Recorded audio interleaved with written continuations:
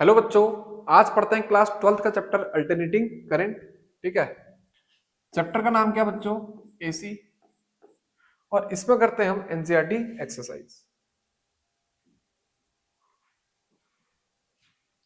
Chapter का नाम है एसी और इसमें करेंगे हम एनसीईआरटी एक्सरसाइज। ठीक है। फर्स्ट क्वेश्चन पढ़ो बच्चों, क्या है? A 100 ohm resistor is connected to a 220 volt 50 hertz AC supply।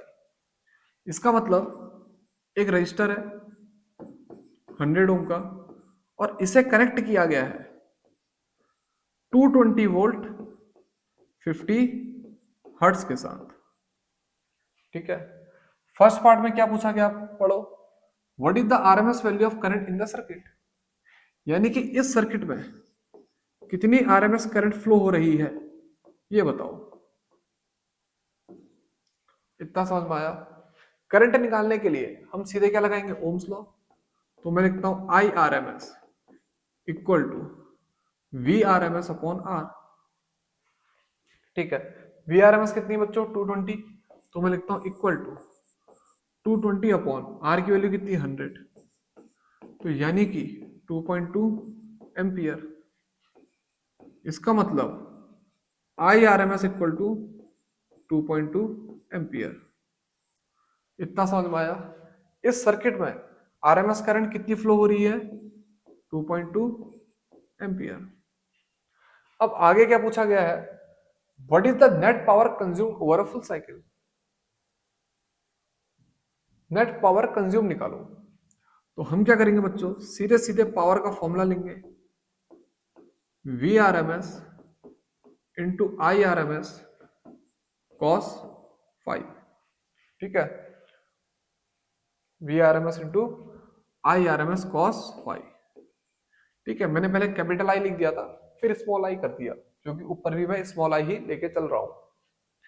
ठीक है। तो वी आर एम एस की वैल्यू कितनी आएगी बच्चों? 220। आई आर एम एस कितना कैलकुलेट करा अभी? 2.2 इंटू कॉस 5। कॉस 5 का मतलब बच्चों कॉस 0 डिग्री। देखो, रजिस्टर के केस में जब भी एसी अप्लाई होती है तो वोल्टेज और करंट इसके बीच में जो फेज एंगल होता है वो कितना होता है बच्चों? 0 डिग्री। इतना समझ में आया? तो क्या लिखेंगे? 220 इंटू 2.2 इंटू 1 यानी कि 484 वॉट। तो बच्चों power consumed over a full cycle कितना आएगा? 484 वॉट। जल्दी से बच्चों इसे नोट कर लो। अब बच्चों बात करते हैं क्वेश्चन नंबर सेकंड की। क्वेश्चन नंबर सेकंड देखो बच्चों, क्या है? The peak voltage of N AC supply is 300 volt. What is the RMS voltage? यानी कि बच्चों हमें वी नॉट गिवन है और निकालना क्या है? V R M S. देखना ए पार्ट, हमें वी नॉट गिवन है 300 volt and we have to calculate V R M S. V R M S बच्चों किसके बराबर होगा? वी नॉट बाई √2 या फिर 0.707 टाइम्स ऑफ वी नॉट। तो इसका मतलब 0.707 इंटू 300। समझ में आया? वी नॉट की वैल्यू क्या पुट कर दी? 300। मल्टीप्लाई करो बच्चों, देखो कितना आएगा। इसे लिखेंगे हम 70.7 इंटू 3 यानी कि 212.1 वोल्ट। इतना समझ में आया? यानी कि वी आर एम एस कितना है बच्चों? 212.1 वोल्ट। अब देखना बच्चों बी पार्ट क्या पूछा गया है? The RMS value of current in an AC circuit is 10 ampere. What is the peak current? बच्चों हमसे आरएमएस करंट कितना गिवन है? 10 एम्पियर। हमको आरएमएस करंट कितना गिवन है? 10 एम्पियर। हमसे पूछ रहा है what is the peak current, यानी कि आई नॉट की वैल्यू निकालो। अब देखना बच्चों आई नॉट का फॉर्मूला क्या होता है? √2 times of I R M S. और √2 की वैल्यू कितनी होती है? 1.414। और आई आर एम एस की वैल्यू क्या पुट करोगे 10, यानी कि आंसर क्या आएगा 14.14। तो यानी कि मैक्सिमम करंट आई नॉट कितनी आएगी बच्चों 14.14 एम्पियर। इतना समझ में आया? जल्दी से बच्चों नोट कर लो। अब इसके बाद देखना बच्चों, क्वेश्चन नंबर 3 क्या है। A 44 millihenry inductor is connected to 220 volt 50 hertz AC supply. Determine the RMS value of current in the circuit. इसका मतलब बच्चों हमें एक इंडक्टर गिवन है, ठीक है, और इसे कनेक्ट किया गया है एक एसी सप्लाई के साथ। इंडक्टेंस की वैल्यू कितनी है 44 मिली हेनरी, और जो एसी सप्लाई है उसकी वोल्टेज कितनी है 220 वोल्ट एंड फ्रीक्वेंसी कितनी है 50 हर्ट्ज।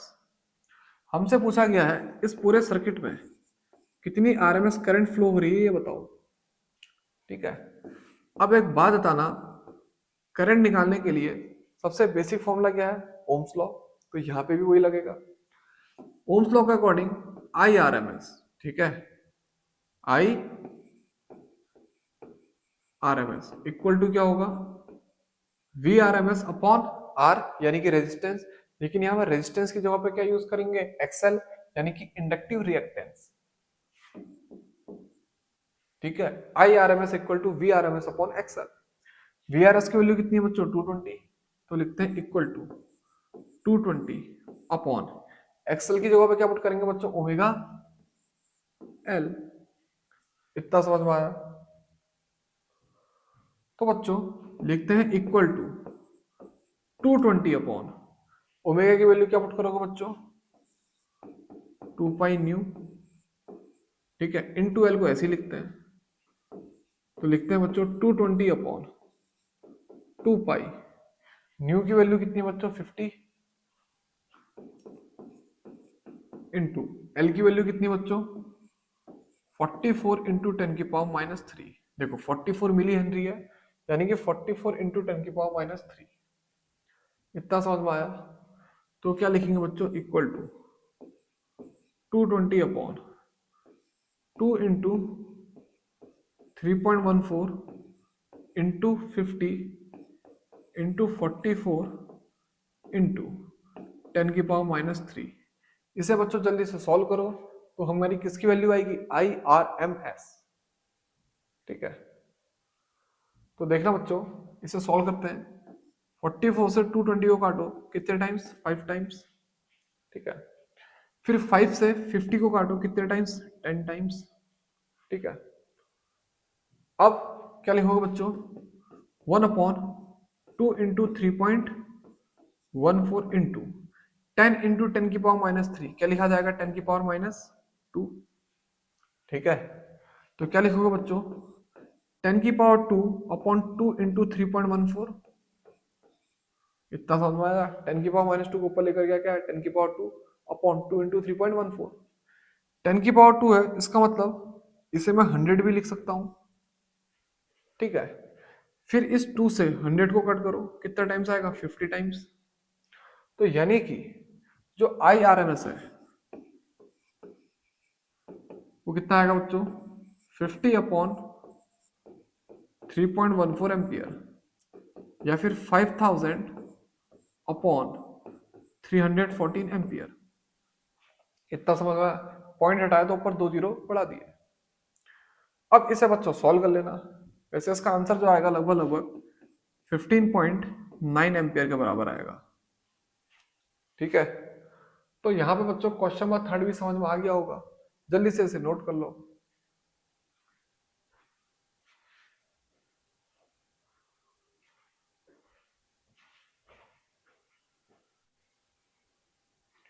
अब बात करते हैं बच्चों नेक्स्ट क्वेश्चन की, क्वेश्चन नंबर 4। देखना बच्चों क्वेश्चन नंबर 4 क्या है।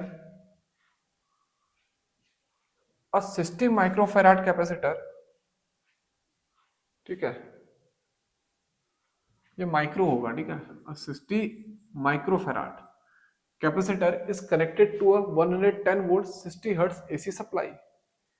तो बच्चों एक कैपेसिटर बनाओ जिसके कैपेसिटेंस की वैल्यू कितनी है 60 माइक्रोफैराड, इसे जोड़ दो एक एसी सप्लाई के साथ, ठीक है, और एसी की वोल्टेज रेटिंग कितनी है 110 वोल्ट एंड फ्रीक्वेंसी कितनी है 60 हर्ट्ज।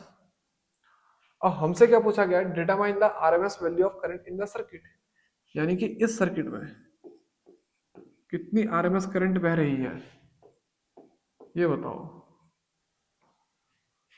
इतना समझ में आया? तो बच्चों यहां पे भी क्या लगेगा, सबसे basic formula I R M S equal to V R M S upon X C. इतना समझ में आया? सीधे सीधे क्या लगाया बच्चों, ओम्स लॉ। ओम्स लॉ क्या होता है, V equal to I R, या फिर आई इक्वल टू कितना होगा वी बाई आर। तो यहाँ पे वी बाई आर ना लिख के क्या लिखेंगे, V by X C. X C मतलब कैपेसिटिव रिएक्टेंस। तो बच्चों इसे सॉल्व करो, वी आर एम एस को ऐसे लिखो और एक्स सी की जगह क्या पुट कर सकते हो 1 अपॉन ओमेगा सी, यानी कि I R M S equal to V R M S into omega C. V R M S की वैल्यू कितनी है बच्चों 110, वी आर एम एस की वैल्यू कितनी है 110, ओमेगा की वैल्यू कितनी है बच्चों 2 पाई न्यू, ठीक है, ओमेगा की वैल्यू क्या पुट करोगे 2 पाई न्यू, और सी की वैल्यू कितनी है बच्चों 60 माइक्रोफैराड, या फिर 60 इंटू 10 की पावर माइनस 6। इतना समझ में आया? V R M S 110, omega की वैल्यू अभी क्या रखी 2 पाई न्यू, और सी की वैल्यू क्या पुट कर दी 60 इंटू 10 की पावर माइनस 6। अब यहाँ पे न्यू की वैल्यू क्या पुट कर दो 60 हर्ट्ज, तो क्या लिखेंगे बच्चों 110 इंटू 2 इंटू पाई की वैल्यू बच्चों 3.14 भी पुट कर दो, न्यू की वैल्यू क्या पुट करोगे बच्चों 60, फिर लिखो इंटू 60 इंटू 10 की पावर माइनस 6। इतना समझ में आया?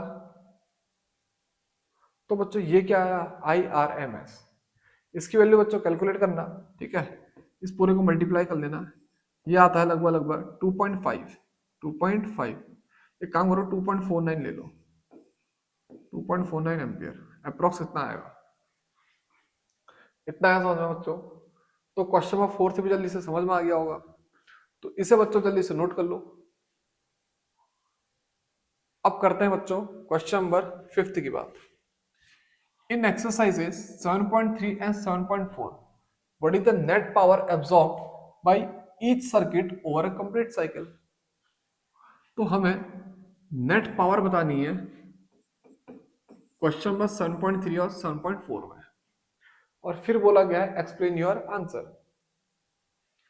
तो सबसे पहले 7.3 को याद करते हैं बच्चों। 7.3 में एक इंडक्टर था जिसे कनेक्ट किया गया था किसके साथ, एक एसी सप्लाई के साथ, एंड 7.4 में एक कैपेसिटर था जिसे कनेक्ट किया गया था किसके साथ, एक एसी सप्लाई के साथ।